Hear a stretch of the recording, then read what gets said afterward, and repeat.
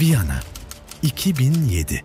Schönbrunn Sarayı'nda boş bir vitrin, Avusturya İmparatorçesi Sisi'ye ait paha biçilmez elmas ve incilerle süslü tokası kayıp. Güvenlik kameraları hiçbir şey kaydetmemiş, alarmlar çalmamış. Camda tek bir kırık bile yok. Bu, tarihin en cesur müze soygunlarından biri olarak kayıtlara geçecek. Ama faili, onu ancak yıllar sonra Kanada'nın soğuk bir kış sabahında polisler ortaya çıkaracak. Karşınızda Gerald Daniel Blanchard, süt çalan bir çocuk olarak başlayan, bankaların ve müzelerin kabusu haline gelen adam. Öyle bir hırsız ki her hareketi ayrı bir filme konu olabilecek kapasitede. Üstelik tüm bunları yaparken sanki bir vlog çekiyormuş gibi hayatını kayıt altına alıyor. Gerald'ın sıradan biri olmadığını anlamak çok zor değil. Peki onun sıra dışı hikayesi tam olarak nasıl başladı? Neler yaptı ve nihayetinde nasıl yakalandı? İşte tüm bunların nasıl mümkün olduğunu anlamak için gelin şimdi hikayenin karanlık ve şaşırtıcı detaylarına doğru yolculuğumuza devam edelim. 1972, Winnipeg, Kanada. Kanada'nın kalbi olarak bilinen bu şehirde sorunlu bir ailenin çocuğu olarak dünyaya gelen Gerald, yokluk içinde büyüdü. Annesiyle yaşadığı evi, kardeşi ve sürekli bir yoksulluk hissi. Annesinin deyimiyle tam bir inek olan Gerald, yani çok çalışkan, sorumlu bir çocuk, ilk suçunu komşuların kapısına bırakılan süt şişelerini çalarak işledi. Küçük bir başlangıç, masum bile sayılabilirdi. Ama bu içindeki şeyin sadece ilk belirtisiydi. Sonra Amerika, daha iyi bir yaşam umuduyla taşınan aile, Gerald'ın gerçek potansiyelini ortaya çıkaracak ortamı da beraberinde getirdi. Dışarıdan bakıldığında sıska, kısa boylu, gözlüklü bir çocuk, göze batmayan biri. Ama içeride görüntüsüyle hiç uyuşmayan bir şey vardı. Girdiği her ortamda tipinin aksine lider olan hep oydu. Annelerin o çocukla takılma dediği zararsız, görünümlü çocuk. Lise yılları. Çoğu çocuk okul danslarına ve hafta sonu partilerine odaklanırken Gerald başka bir şey keşfetti.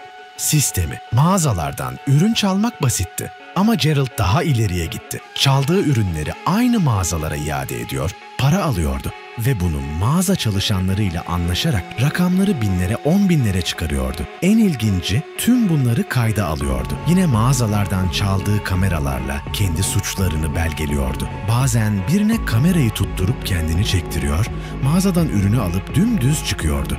Radyo Shack mağazalarına gidiyor, kutularca ürünü yürüyerek çalıyor, ceketinin cebine atıyordu. Sonra bu ürünleri sanki kendisi satın almış gibi inanılmaz gerçekçi fişler hazırlıyor, götürüp geri iade ediyordu. Ortaklarının ifadelerine göre bazı günlerde 20 ila 30 bin dolarlık işlemler yapıyordu. 16 yaşında 100 bin dolar biriktirmişti. Vefakar bir evlat olduğunu kanıtlamak için yaşı tutmadığı için bir avukat tutarak annesine bir ev satın aldı. Vlog kamerası yanındaydı tabii. Ev tanıtımını ihmal etmedi. Ama çekirge ne kadar zıplarsa zıplasın, eninde sonunda yakalanır. Paskalya zamanı bir kamyon kiraladı ve bir mağazayı neredeyse tamamen boşaltmaya kalktı. Polisler evi bastı ve Gerald'ı dolabın arkasındaki gizli bölmede buldular. Ama bir öğretmeni kefil oldu. İyi bir çocuk olduğunu söyledi. Şartlı tahliye aldı. Gerald içeride bol bol spor yaptı. Kaslarını geliştirdi ve daha da önemlisi yeni fikirler geliştirdi. Bundan sonra beladan uzak duracağım dedi kameraya. Hocasını ikna etmek için. Ama yalan söylüyordu. Artık işleri büyütme zamanıydı. Artık sadece Radyo Shack değil, daha büyük hedefler vardı. Kıyafet firmaları, elektronik mağazaları, saatçiler, saati çalıyor, sahte fişini bastırıyor, ülkenin farklı mağazalarında iade ediyordu. Parayı hem kendisi yiyor hem etrafındaki ergen arkadaşlarına yediriyordu.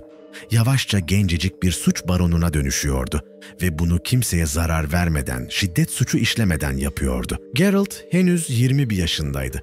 Bir arkadaşının arabasını, sigorta parasını almak için ateşe verdi. Ama bir hata yaptı. Çok büyük bir hata. Aracı yakmak için tam 40 litre benzin kullandı. Üstü başı benzin kokarken hiçbir şey olmamış gibi olayı polise ihbar etmeye kalktı ve yakalandı. Ama bu Gerald'tı. Onun kuralları biraz farklıydı. Sorgu odasında yalnız bırakıldığında masanın üzerine çıktı. Oradan da asma tavana tırmandı. Girdiği deliği kapattı ve tavan arasında beklemeye başladı. Polis odaya geldiğinde içerinin boş olduğunu görünce panikledi. Alarm verildi. SWAT ekipleri çağrıldı. Kimsenin bilmediği tek şey şuydu: Gerald tüm bu telaşı yukarıdan izliyordu. Merkez boşaltılınca aşağı indi. Ama kaçmak yerine onu sorgulayan dedektifin odasına girdi. Masanın üzerindeki aile fotoğrafını aldı. Çekmecede bulduğu bir merminin üzerine küçük bir gülücük çizdi ve masaya bırakarak kaçtı. Gittiği yer annesinin evi. Pek akıllıca değildi. Sabaha karşı yakalandı. Üstelik çıplak halde. Hikaye burada da bitmedi. Karakola götürülürken kelepçeli ellerini öne çevirmeyi başardı. Memur araçtan indiği anda Gerald direksiyona geçti. Polis aracını çalarak kaçmaya başladı. Çıplak, kelepçeli ve bir polis arabasının içinde. Köşeye sıkışınca araçtan atladı, koşmaya çalıştı ama yakalandı. Sonuç 7 yıl hapis. 4 yıl sonra tahliye edildi ve sınır dışı edilerek Kanada'ya gönderildi. Amerika'ya girişi ise 5 yıl boyunca yasaklandı. Gerald artık 25 yaşındaydı. Cebinde tek bir kuruş bile yoktu. Gümrük memurları ona acıdı ve otobüs parası olarak $10 verdiler. Gerald ne yaptı dersiniz? $9 bir kamera satın aldı. Kalan 10 sentle de fişinin fotokopisini çektirdi. Bu sayede hem iade için yeni fişler üretebildi hem de kameraları çalmaya devam etti. Kısa sürede kendi evini tuttu. Araba aldı ve lüks bir hayata adım attı. AVM'lerde türlü dolandırıcılıklar yaparken, kaçak mallar satarken bir gün zengin bir kızla tanıştı. Kız Almanya'da bir iş adamının kızıydı. Nedense ikisi anında anlaştı ve çok kısa sürede evlendiler. Gerald'ın ona ve kayınpederine söylemediği bir şey vardı. O aslında 20'nin üzerinde sahte kimliğe sahipti. Ama bunun bir önemi yoktu. Gerald'ın zihninde tek bir şey vardı. Planladığı büyük Avrupa turu. 2000'lerin başı. Schönbrunn Sarayı'nda özel bir sergi vardı. Avusturya İmparatorçesi Sisi'nin elmas ve incilerle süslü, paha biçilmez yıldız tokası. Kurşun geçirmez cam vitrin, alarm sistemi, ağırlık sensörleri, silahlı güvenlik, her şey kusursuz bir şekilde korunuyordu. Gerald, kayınpederinin saygın konumunu kullanarak özel bir ön izleme ayarladı. Sergi yarın açılacaktı ama onlar bugün girebilecekti. Rehber tarihi anlatırken Gerald başka bir şeyle ilgileniyordu. Sensörlerin konumuyla, vitrinin vidalarıyla, yüksek tavanlı odanın dev pencereleriyle. Sonra kimse fark etmeden cebinden mini bir tornavida çıkardı. Vitrinin vidalarını gevşetti. Alarmı tetiklemeyecek kadar pencerelerden birinin kilidini açtı ve hafifçe aralık bıraktı. Tüm operasyon birkaç saniyeden ibaretti ve kimse hiçbir şey fark etmedi. Ardından hediyelik eşya dükkanından bir replika yıldız tokası satın aldı. O akşam bir Alman pilotun küçük uçağıyla Viyana semalarında süzülüyordu. Sarayın üzerine paraşütle atladı ve kimse onu görmedi. Çatıda sağlam bir halat bağladı. Açık bıraktığı pencereden içeri süzüldü. Hareket sensörlerine yakalanmamak için adım adım çok yavaş ilerledi. Vitrine ulaştığında gevşettiği vidalar hala yerindeydi. Küçük bir bıçakla son turları çevirdi, cam kutuyu kaldırdı. Sahte tokayı çıkardı, derin bir nefes aldı ve aynı anda orijinali kaldırıp sahteyi yerine yerleştirdi. Alarm çalmadı. Ağırlık sensörü değişikliği hissetmedi. Sisinin yıldızı artık onundu. Sergi ertesi sabah açıldığında kimse bir şey fark etmedi. Bir gün, 2 gün, 3 gün gerçek ancak günler sonra ortaya çıktı. Polisler ve hükümet alarma geçti. Bahçede bir paraşüt bulundu. Ama gerisi tamamen muallaktı. Nasıl yapıldığını sadece Gerald biliyordu. Ve o anlatmaya karar verene kadar bu soygun bir sır olarak kalacaktı. Gerald karısından ayrıldı. Zaten hiç aşık olmamıştı. Artık para onun için bir sorun değildi. İstediği her şeyi satın alabiliyordu. Ama bu da yeterli değildi. Gerald paradan çok heyecanın peşindeydi. 2001 Edmonton, inşaat halinde bir banka şubesi. Alberta Treasury Branch. Açılmasına henüz günler vardı. Gerald bankanın tam karşısındaki binadan bir oda kiraladı ve sabır isteyen hazırlıklarına başladı. Haftalar boyunca inşaata girip çıktı. Gündüz işçi tulumuyla, gece karanlığında sessiz adımlarla ATM'lerin kilitlerini söktü, model numaralarını öğrendi, evine götürüp üzerinde çalıştı. Bankanın tüm krokisini çıkardı. Hangi kablo nereye gidiyor, kameralar hangi açıları görüyor, Bir ATM'yi patlatıp diğerine geçmek kaç saniye sürecek? Polis ne kadar uzakta? ATM odasına dinleme cihazları yerleştirdi. Kablolara erişip verileri uzaktan izleyeceği alıcılar kurdu ve bir bebek kamerasını ATM'leri tam görecek şekilde gizledi. 24 saat canlı yayın, aylar süren hazırlık ve her detay kusursuzdu. Banka açılmadan bir gün önce ATM'ler parayla dolduruldu. O gece Gerald çatıya çıktı. Havalandırma deliğinden içeri girdi. Güvenlik kablolarını çoktan manipüle etmişti. ATM odasının kapısını açtı. Kilitler zaten aylardır üzerinde çalıştığı kilitlerdi. Dakikalar içinde $500.000'dan fazla nakit parayı ve tüm güvenlik kamera kayıtlarını aldı. Ardından oradan kayboldu. Alarmlar çaldı, polis ekipleri geldi. Ama kapılar sağlamdı, camlar sağlamdı, hiçbir zorlama izi yoktu. Banka yeni açıldığı için herkes bunun bir güvenlik şirketi hatası olduğunu düşündü ve polis olay yerinden ayrıldı. Her şey kusursuzdu. Tek bir hata dışında Gerald arabasını AVM otoparkında bırakmıştı ve gece vardiyasındaki güvenlik görevlisi orada kalan araçların plakalarını not ediyordu.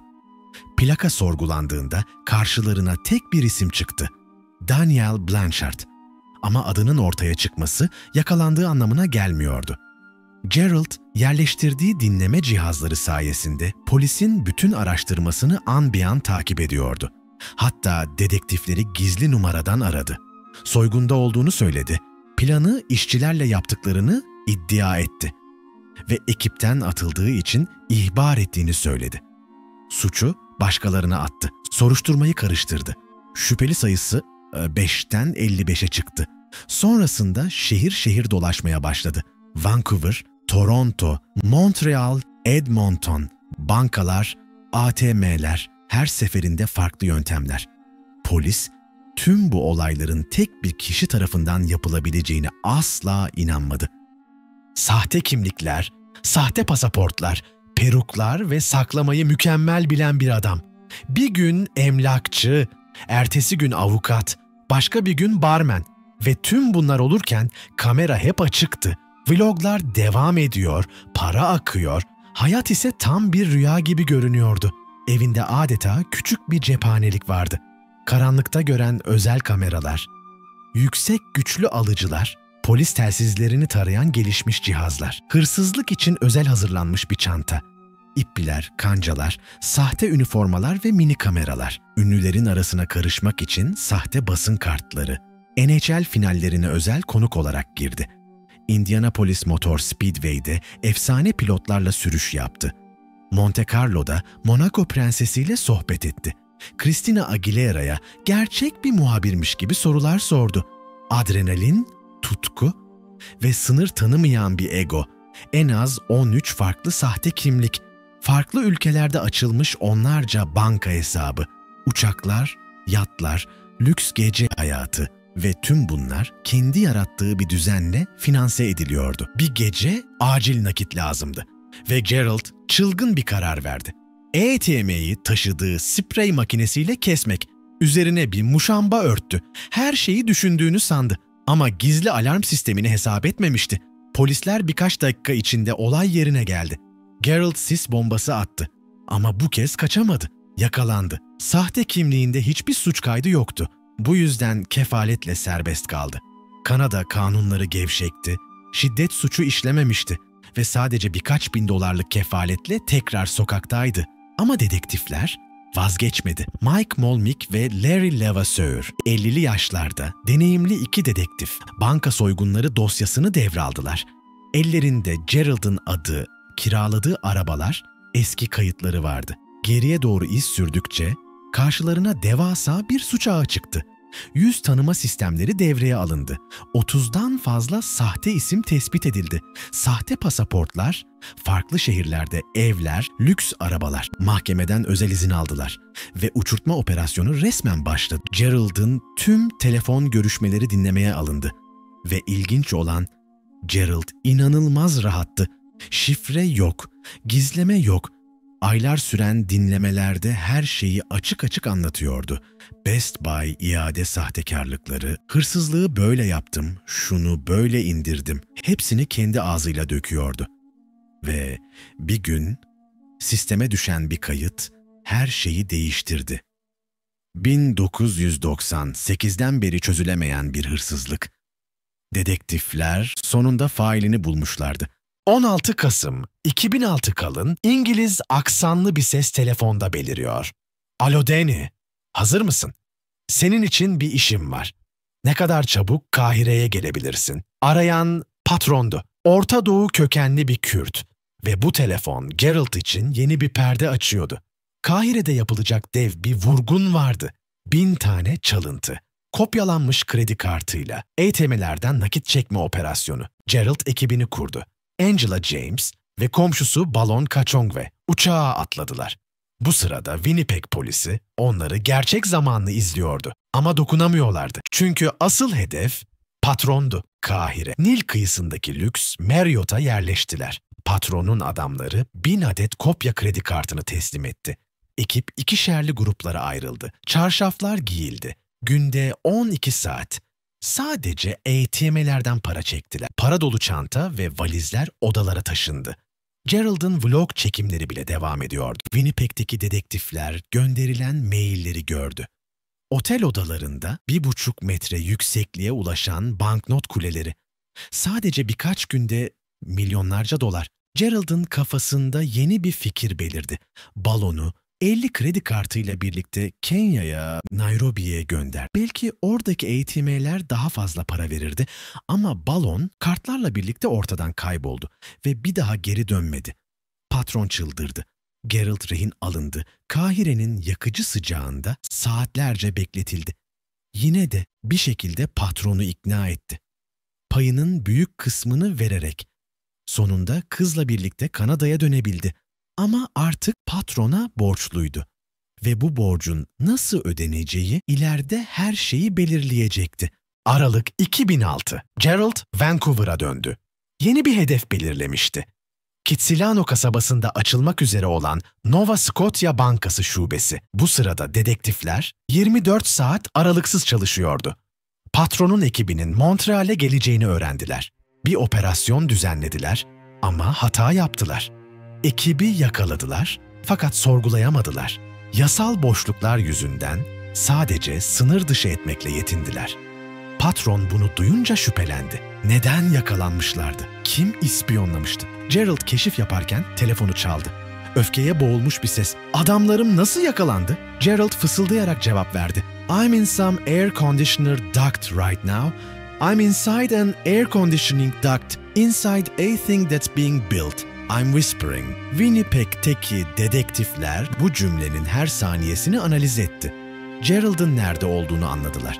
Yaklaşık 100 kilometre ötede yeni yapılan bir bankanın içindeydi. Patrona ulaşamayacaklarını biliyorlardı. Artık başka seçenek yoktu. Düğmeye basma zamanı gelmişti. 23 Ocak 2007. Sabahın ilk saatleri. Vancouver'da 12 kişilik SWAT timi harekete geçti. Ve aynı anda Geralt ve Kanada'daki 10 küsur ortağı yakalandı. Ele geçirilen kanıtlar adeta bir hazine sandığı gibiydi. 10 palet malzeme, 60 binin üzerinde belge, sahte kimlikler, pasaportlar, nakit paralar, sis bombaları, silahlar, 300'ün üzerinde elektronik cihaz. Vancouver'daki lüks dairede gizli bir oda bulundu. Duvar panellerinin arkasında saklanmış, hırsızlık ekipmanları muntazam raflara dizilmişti. Tüm sahte kimliklerin listesi gerçek bir suç müzesiydi. 40 bir ayrı suçlama, hırsızlık, sahtecilik, dolandırıcılık, liste kabarıktı. Polis her şeyi ele geçirmişti. 120 adet video ve ses kaseti. Gerald'ın kendi çektiği vloglar. Kaçamazdı, saklanamazdı. Belki de ilk kez içinden "yeter artık" dedi. Angela konuştu. Ama Gerald'ın da konuşma vakti gelmişti. 168 yıl hapis hesaplanmıştı. Ama Gerald bir koza daha sahipti. Dedektiflere teklif etti. "Eğer size her şeyi nasıl yaptığımı anlatırsam, tüm güvenlik açıklarından bahsedersem, çaldığım paraları iade edip en önemlisi Sisi'nin yıldızını geri verirsem hapis cezam ne olur?" Dedektifler şaşırdı. Hiçbir şiddet suçu işlememişti ve Gerald tüm yöntemleri açıklayacaktı. Ve yıldız gerçekten geri getirilecekti. Bu diplomatik bir başarıydı. Dünya medyasında duyulacak bir başarı. Egolar, fırsatlar, uzun bir itiraf süreci başladı. Mücevher gerçekten paraşütle çalınmıştı. Onlarca bankaya nasıl girdiğini anlattı. Yıldız, büyük annesinin bodrumundaydı. Bir aya aşkın süre Gerald polislere ders verdi. Doğru bilinen yanlışları düzeltti. Çözülemeyen noktaları aydınlattı adeta. Bir sihirbaz, tüm numaralarının sırrını açıklıyor gibiydi. Dedektifler bu bilgilerle 8 saatlik bir konferans sunumu hazırladı. Bankacılık ve emniyet camiası için 7 Kasım 2007. Manitoba Eyalet Mahkemesi, Gerald tüm arkadaşlarının serbest bırakılması karşılığında 16 suçlamayı kabul etti. İndirimle sadece 8 yıl hapis cezası. Avukatı beyanını okudu. Müvekkilim yıllardır yaşadığı büyük yalanın sona ermesinden memnun. Winnipeg Emniyetine teşekkür ediyor. Pişmandı ya da en azından öyle görünüyordu. İyi halden 5 yıl hapis yatıp tahliye oldu. Temiz bir hayat yaşamaya karar verdi. Güvenlik danışmanlığı yaptı, fotoğrafçılıkla uğraştı. 2017'de Rick White adıyla Best Buy'dan PlayStation çalmaya çalışırken yakalandı. Hala aynı adamdı. Sisi'nin yıldızı nasıl çalındı? Gerald anlatana kadar kimse bilemedi. Bir süt hırsızı olarak başlayan yüzyılın en cesur soygunlarını gerçekleştiren adam. Gerald Daniel Blanchard'ın hikayesi. Yüzyılın hırsızı.